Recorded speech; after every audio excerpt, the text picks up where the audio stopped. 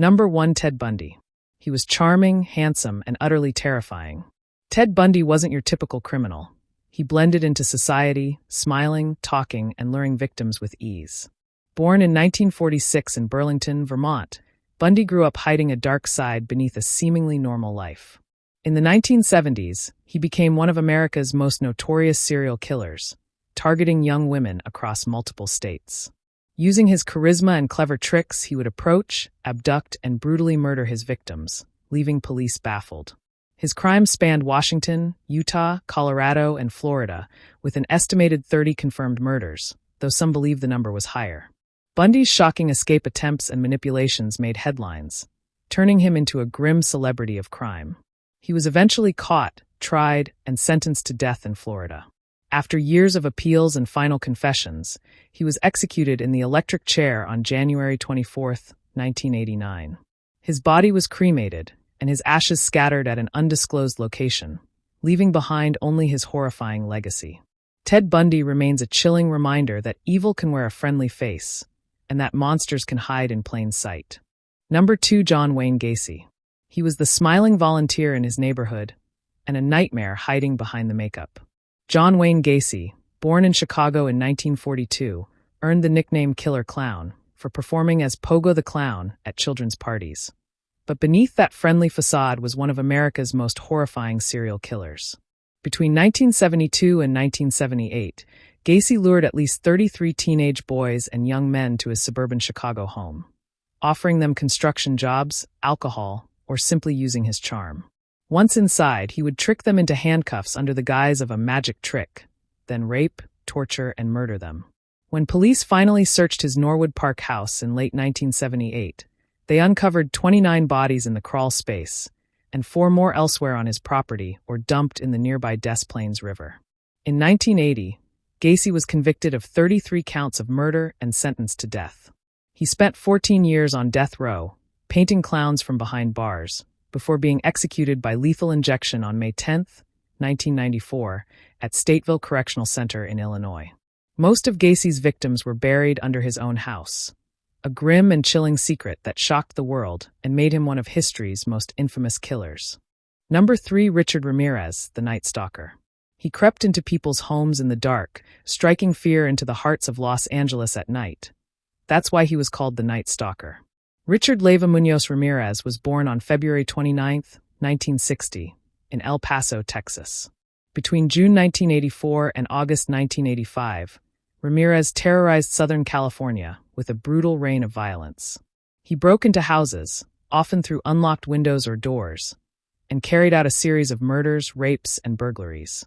Investigators found satanic symbols at many crime scenes, since Ramirez openly celebrated and used Satanism in his crimes. By the time he was caught, Ramirez had been linked to at least 13 murders, plus multiple attempted murders, sexual assaults, and burglaries. He was finally arrested on August 31, 1985, after residents in East LA recognized him from police photos, chased him down, and beat him before officers arrived. In 1989, Ramirez was convicted on 43 counts, including first-degree murder, sexual assault, and burglary. The judge sentenced him to death, saying his crimes showed cruelty, callousness, and viciousness beyond any human understanding. Even then, Ramirez mocked his sentence, declaring, "Big deal. Death always went with the territory." He spent the rest of his life on death row at San Quentin State Prison. On June 7, 2013, Ramirez died in a hospital in Greenbury, California, from complications of B-cell lymphoma, a type of cancer. Ramirez never expressed remorse for his actions, and his chilling legacy continues to haunt true crime history. Number 4. Aileen Wuornos. She was a drifter, a sex worker, and a woman driven to terrifying extremes. Aileen Carol Wuornos was born on February 29, 1956, in Michigan. Between 1989 and 1990, while working along Florida highways, Wuornos murdered at least 7 men. She claimed that all of her victims, who were clients she picked up, had sexually assaulted her, and she said she acted in self-defense. Her first known killing was on November 30, 1989, when she shot 51-year-old Richard Mallory. Over the next year, she killed 5 other men and confessed to a 7th, though one body was never recovered. She was arrested on January 9, 1991, in Florida. By 1992, she was convicted of first-degree murder for Mallory's death and later pleaded no contest to 5 others. She received 6 death sentences. On October 9, 2002, Wuornos was executed by lethal injection. Her final words were haunting. "I'd just like to say I'm sailing with the Rock. I'll be back like Independence Day, with Jesus, like the movie Big Mother Ship. I'll be back." Wuornos remains one of America's most infamous female serial killers, a tragic, complex figure whose life blurred the lines between victim and predator. Number 5. Jeffrey Dahmer. He was quiet, unassuming, and terrifyingly methodical. Jeffrey Lionel Dahmer was born on May 21, 1960, in Milwaukee, Wisconsin. Behind his polite exterior lurked a mind obsessed with control, death, and preservation. Between 1978 and 1991, Dahmer lured 17 young men into his apartment, promising money or companionship, only to drug, strangle, and kill them. His crimes grew darker over time, dismembering bodies, keeping trophies, and in some cases attempting to preserve parts of his victims. His apartment became a chilling scene of horror, a private world where his obsessions could play out without interruption. Dahmer's crimes shocked the nation not just for their brutality, but for the meticulous planning and the sheer audacity of living undetected for years. Neighbors suspected nothing, and police were initially unaware of the scale of his murders. He was finally arrested on July 22, 1991, after a potential victim escaped and led police to Dahmer's apartment, revealing the grisly evidence within. Convicted of 15 counts of murder, he was sentenced to 15 consecutive life terms in prison. On November 28, 1994, Dahmer was killed by a fellow inmate at the Columbia Correctional Institution in Portage, Wisconsin. His grisly legacy endures as one of the darkest chapters in American criminal history. Number 6. Ed Gein. He was a quiet, reclusive man from Plainfield, Wisconsin, whose crimes would inspire some of horror's most infamous characters. Edward Theodore Gein was born on August 27, 1906, into a strict and isolated household dominated by his mother. After her death in 1945, Gein's obsession with her and with the female body spiraled into gruesome acts. He began exhuming corpses from local graveyards, using their skin and bones to craft macabre keepsakes, clothing, and furniture. His fascination with anatomy and death turned his home into a nightmarish museum of human remains. Gein's crimes came to light in 1957, after the disappearance of a local hardware store owner. Police discovered body parts and ghastly artifacts throughout his farmhouse, including skulls, skin masks, and even a human heart. Though suspected of multiple murders, he was formally convicted of 2 killings, but his impact on popular culture was far greater, inspiring fictional killers like Norman Bates, Leatherface, and Buffalo Bill. Declared legally insane, Gein spent the rest of his life in a mental institution. He died on July 26, 1984, at Mendota Mental Health Institute in Madison, Wisconsin. His story remains one of the most chilling true crime cases, blurring the line between reality and horror fiction. Number 7. Gary Ridgway, the Green River Killer. He earned a terrifying nickname that would haunt the Pacific Northwest for decades. Gary Leon Ridgway was born on February 18, 1949, in Salt Lake City, Utah. Outwardly quiet and unassuming, Ridgway hid a dark compulsion that would make him one of America's most prolific serial killers. Between 1982 and 1998, Ridgway targeted vulnerable women, many of whom were sex workers or runaways, in the Seattle and Tacoma areas. He strangled his victims and dumped their bodies in the Green River and surrounding areas, evading police for years. The body count eventually confirmed at least 49 murders, though Ridgway admitted to 71 and hinted there could be more. Ridgway's ability to blend into society and manipulate those around him allowed him to continue his crimes undetected for over a decade. He finally came under suspicion after advancements in DNA evidence linked him to multiple murders. Arrested on November 30, 2001, Ridgway pled guilty to 48 counts of murder in a deal that spared him the death penalty. He was sentenced to life in prison without parole. He is currently serving his sentence at Washington State Penitentiary in Walla Walla, Washington. Ridgway's horrifying spree left an indelible mark on law enforcement and true crime history, earning him a place among America's most infamous killers. Number 8. Dennis Rader, BTK Killer.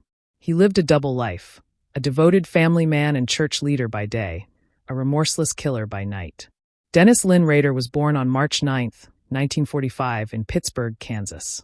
For decades, he hid a chilling secret behind the mask of normalcy. From 1974 to 1991, Rader murdered 10 people in the Wichita, Kansas area. He called himself Beat K, standing for bind, torture, kill, describing the methodical way he stalked and murdered his victims. Rader taunted police and media with letters, poems, and even cryptic clues about his crimes, fueling public fear and fascination. His ability to blend into society, working as a compliance officer and being a Cub Scout leader, made his crimes nearly impossible to detect for years. Investigators struggled to connect the murders until 2005, when a series of digital clues he sent led police straight to him. Rader was arrested on February 25, 2005, confessed to all 10 murders, and was sentenced to 10 consecutive life terms without parole. He is currently incarcerated at El Dorado Correctional Facility in Kansas. Dennis Rader's case is a chilling reminder that evil can hide behind ordinary appearances, and that monsters sometimes live among us unnoticed for decades. Number 9. David Berkowitz, son of Sam. He terrorized New York City in the late 1970s, sending the city into a state of panic with letters signed Son of Sam. David Richard Berkowitz was born on June 1, 1953, in Brooklyn, New York.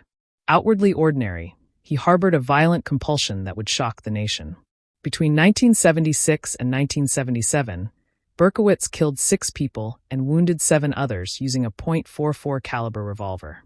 His attacks seemed random, striking young couples parked in cars, and his cryptic letters to newspapers taunted police and the public, creating a media frenzy. His claim of being commanded by a demon-possessed dog became a chilling detail of his case. The city's fear reached a peak during the summer of 1977, with New Yorkers afraid to go out after dark. Berkowitz's ability to evade capture for over a year added to the terror. He was finally arrested on August 10, 1977, after a parking ticket led police to his car and ultimately to him. Convicted of 6 counts of murder, he was sentenced to 6 consecutive life sentences and is serving his time at Shongum Correctional Facility in New York. David Berkowitz remains one of America's most infamous killers, a symbol of random terror and the dark potential hidden behind an ordinary exterior. Number 10. Albert Fish. He was a nightmare in human form, a man whose crimes defy imagination. Albert Fish, born May 19, 1870, in Washington, D.C., became one of America's most notorious serial killers and cannibals.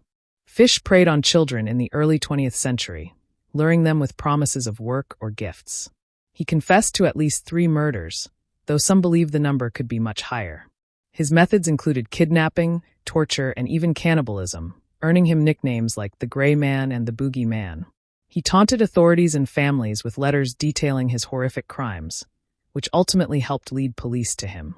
Fish's psychological profile revealed deep-seated sadomasochistic tendencies, a fascination with pain, and a distorted religious obsession that fueled his acts. Arrested in 1928 for the murder of 10-year-old Grace Budd, Fish was tried and convicted in New York. He was sentenced to death and executed by electric chair at Sing Sing Prison on January 16, 1936. Albert Fish's case remains one of the most disturbing in American criminal history, a chilling reminder of how profoundly evil can lurk behind the face of an ordinary man. Number 11. Dean Corll, the Candy Man.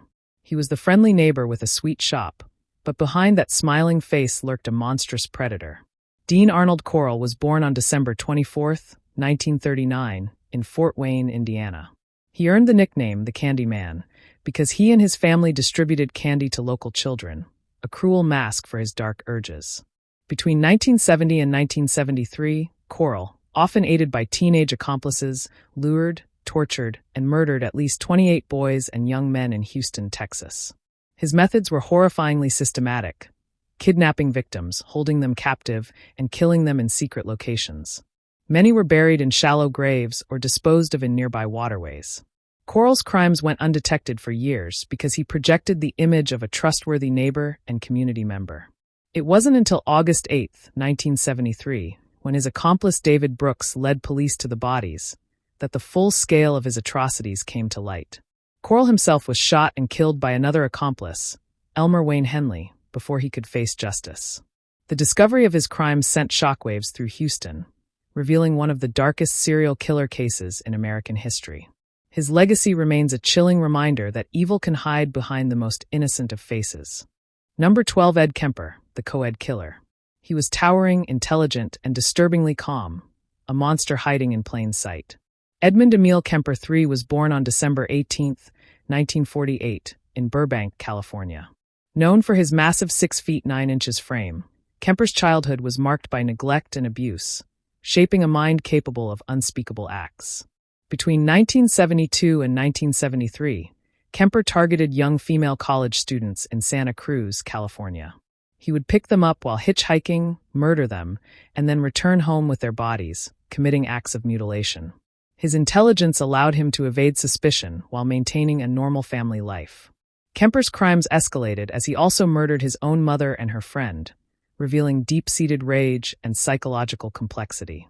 Police finally arrested him on April 24, 1973, after his mother's murder, which led him to confess to his previous killings.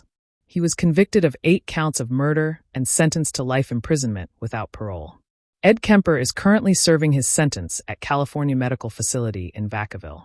His case remains one of the most studied in criminal psychology, a chilling study of intelligence, rage, and the darkest corners of the human mind.